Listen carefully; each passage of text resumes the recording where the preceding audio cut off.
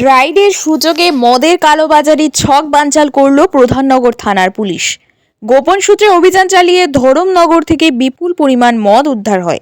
ঘটনায় আয়ুষ কাহার নামে এক ব্যক্তিকে গ্রেপ্তার করা হয়েছে। ধৃতকে আদালতে তোলা হবে।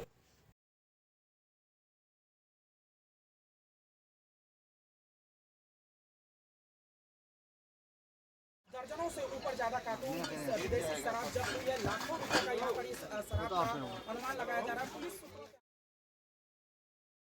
गिरफ्तारी हुई है जो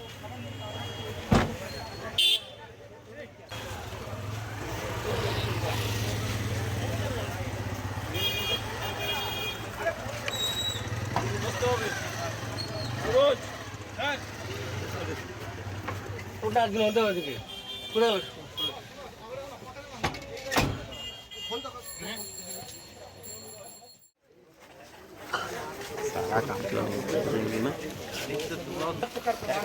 में थाने लेकर जा